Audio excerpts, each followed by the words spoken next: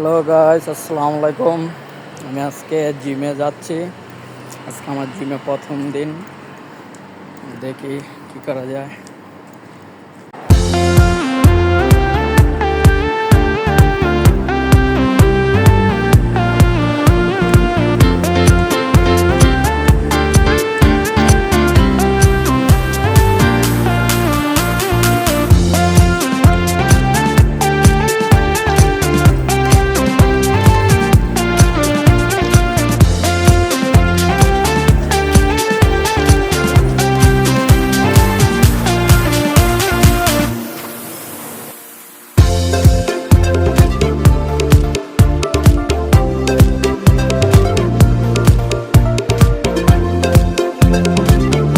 Hello বন্ধুরা, এখন 1:30 বাজে।